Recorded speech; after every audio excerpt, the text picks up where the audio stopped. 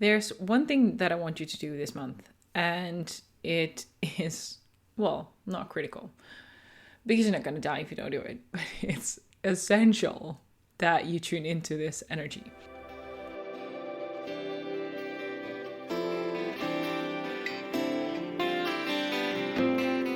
I was talking in a business academy from someone who I guest teach in every single quarter to give them an overview of what is ahead for the next quarter. And as I was saying and explaining to them the energy of this month, I was also explaining to them how this, astrologically, we view this as a new year because Aries is the first sign of the zodiac. So this is really considered the start of a new year.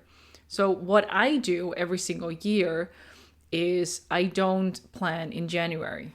I might have some rough ideas, but my real year-long planning happens either in March or in April. This year I haven't done it yet, so it will happen this month. And the interesting thing is, if you do it now, there is enthusiasm, there is hope, there is a very different type of energy than when you do it in January. So look at just the weather in January, at least in the Northern Hemisphere. It's dark, it's cold, there's not that much daylight, and there's very much an atmosphere of turning inwards, reflecting, hibernating, getting cozy underneath a blanket, and not so much of a fast forward motion. Now look at where we are right now, and I want you to check in with yourself and how you feel. And I just posted on Facebook if people are feeling the Aries energy. Wow. I see a lot of people feeling it.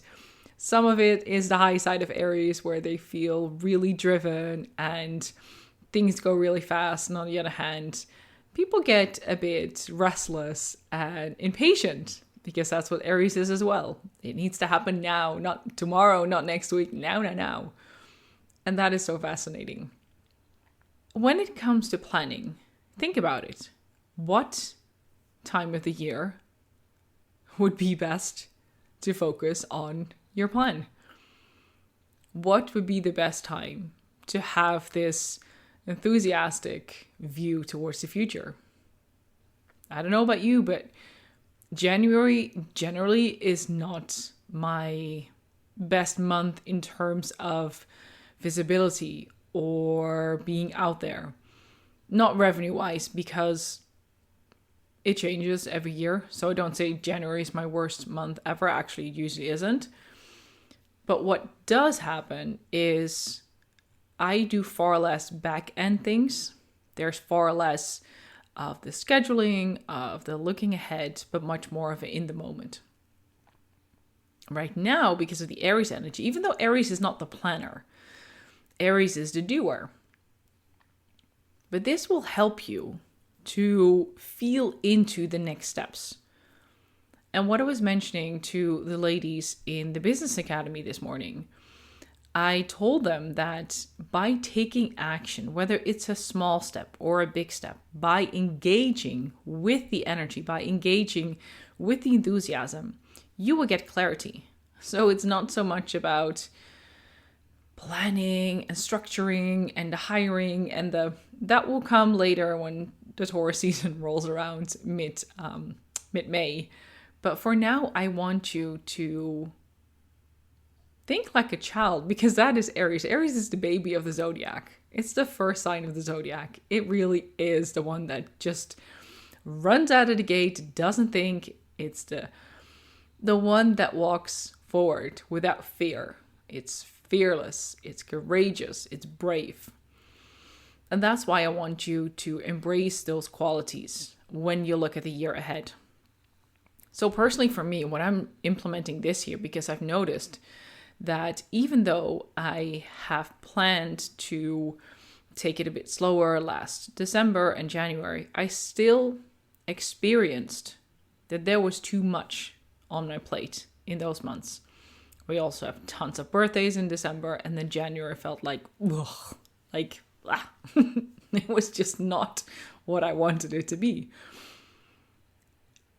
So this year, while I'm looking at my year ahead. And by the way, when I look at my year ahead, what I also started doing is seeing it as cyclical instead of linear. We're so taught that time is linear. We go from January to December and then we start all over again. It's one straight line. Or when you look at a calendar, it's all lines and there's no circle to be found.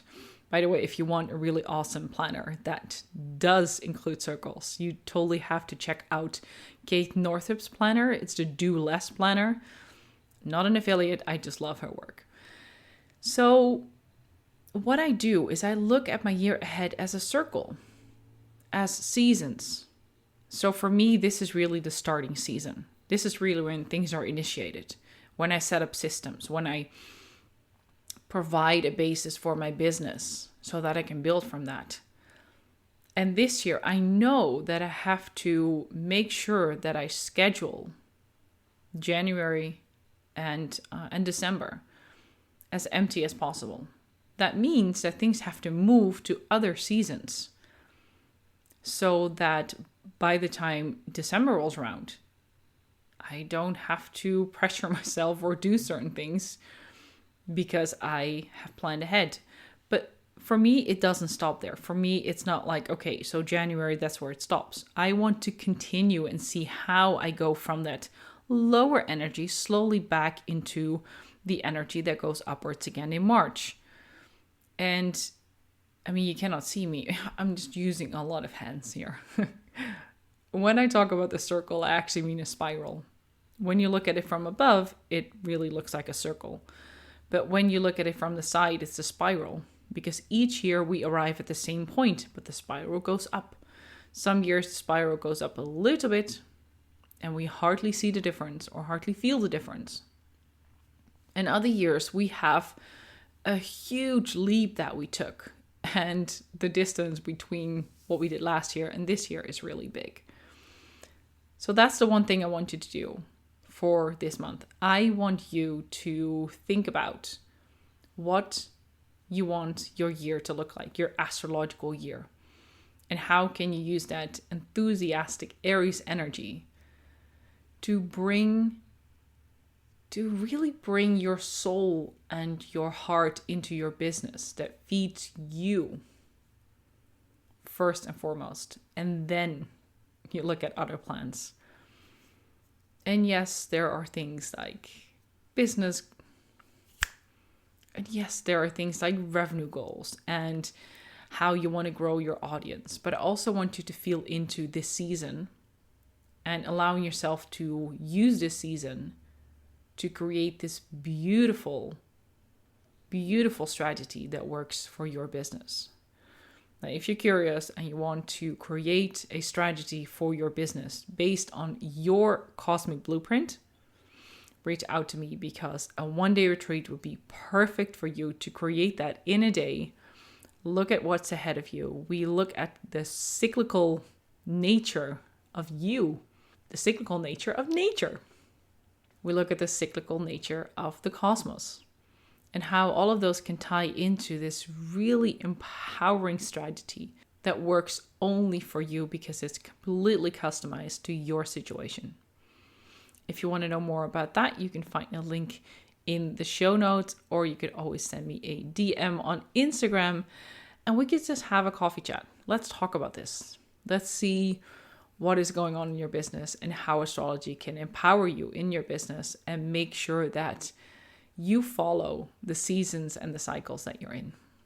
If you know other business owners who could use this advice and who could look at their year ahead from a cyclical and cosmic perspective, please send them this podcast, or you can screenshot and tag me on Instagram. I always love to see who's listening to the podcast. And make sure you subscribe so you don't miss out on any new episodes. And I'll speak to you again very soon.